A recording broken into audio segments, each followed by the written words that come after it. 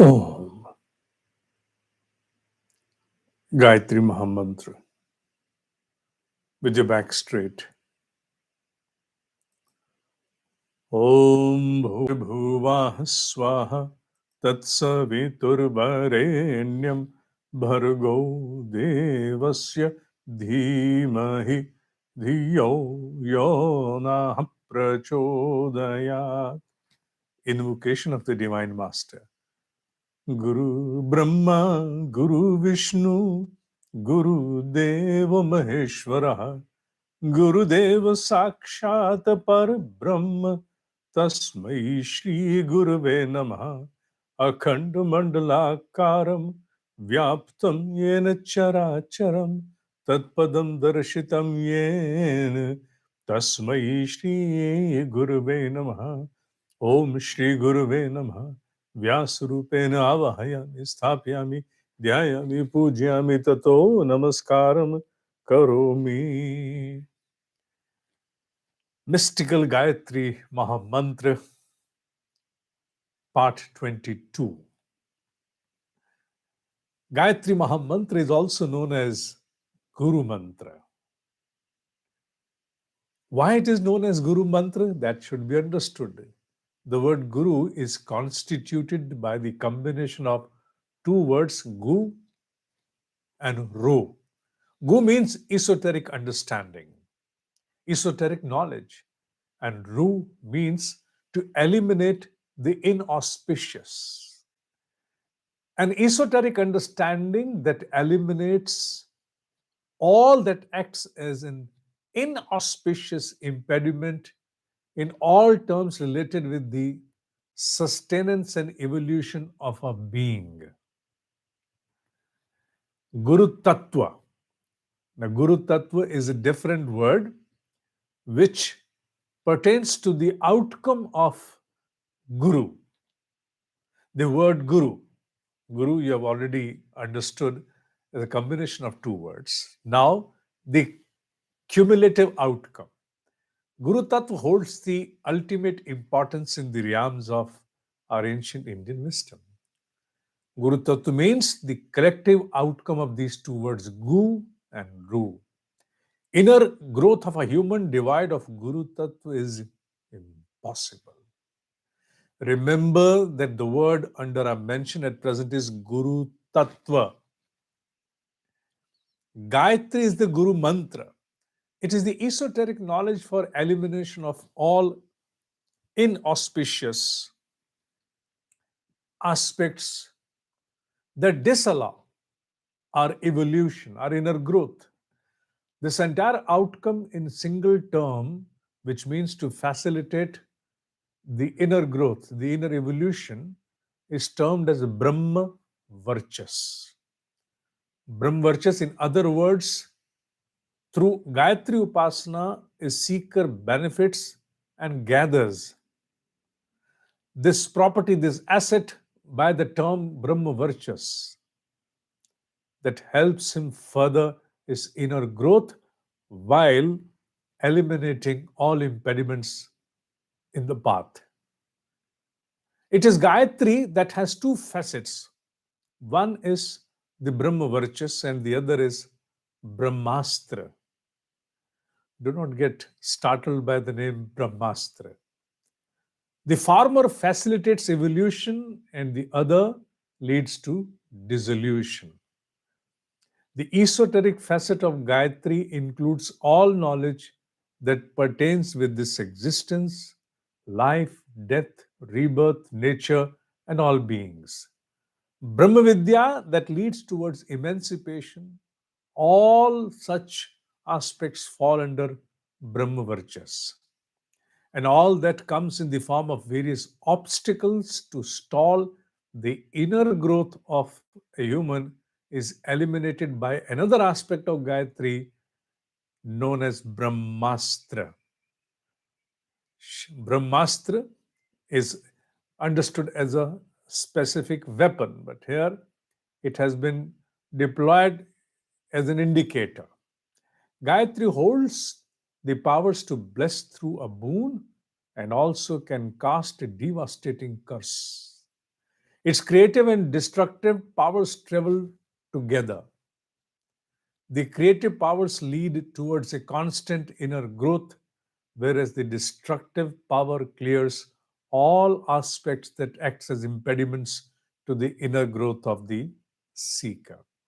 One premonition must be observed that destructive power does not necessarily mean the force that acts to only harm others. The ability and reach of a seeker's blessing or curse depends upon the savings of a seeker in the form of its sadhana, the treasure of sadhana one beholds. The fire is there in the candle and furnace both, but intensity matters a lot, and respectively matters the quantum of sadhana of a seeker, the quality of sadhana of a seeker as well. The power of Gayatri shall nurture the positive propensities and incinerate the negative propensities in order to to elevate. Now, here comes the word when the word term which we are elaborating upon as Guru Mantra, then what is Guru Diksha or initiation? It must be well understood. And all this knowledge comes to me through my exalted master, who was a Gayatri Siddh and the rightful source to disseminate such knowledge. What is the purpose of need of any Guru Diksha or initiation? We keep hearing about it a lot. The first objective of an initiation or Diksha, as in Sanskrit and Hindi, is that there is a constant enrichment of faith within the seeker. Faith, for which the most apt word is Shraddha.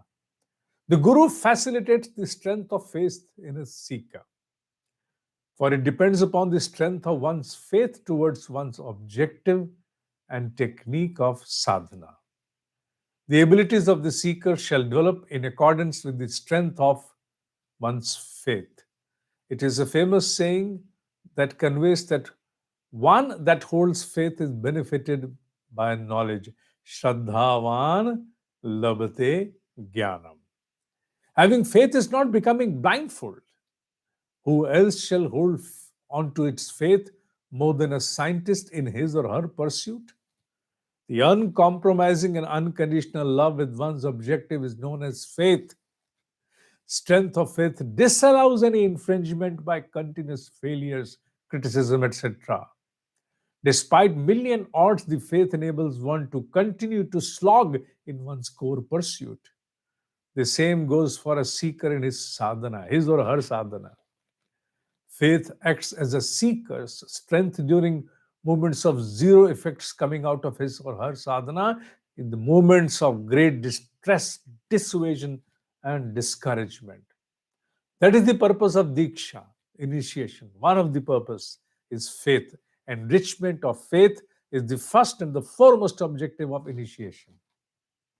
The second objective of Diksha or initiation is to instill and monitor discipline within a seeker. There should be someone towards whom you are held responsible, accountable. Someone that can question you upon your indiscipline in sadhana, can monitor you, can somewhere even slightly reprimand you if need be. Faith and discipline are two primary objectives of Diksha or initiation in the spiritual terms. This answers the role of a guru in the light of an Diksha or initiation. Devoid of these two, there exists maximum probability for the deflection of a seeker from its core spiritual pursuit, which strictly mandates austerity.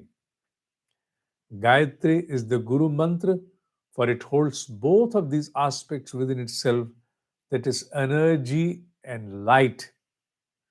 Energy and light, which acts as a laser to incinerate the impediments. It strengthens faith and instills discipline. Having said this, in this particular episode, which is very important, especially from the light of the initiation, which a number of times is a subject that arises before sadhaks, seekers, especially who want to start and observe their Gayatri sadhana, this question keeps coming up. Where to find a guru, how to find a guru.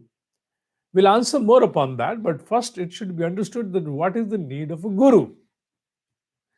And once that is understood, then probably one will be able to understand what is the exact requirement that I have and can it be very well fulfilled, nurtured, looked after, monitored by some other term as well.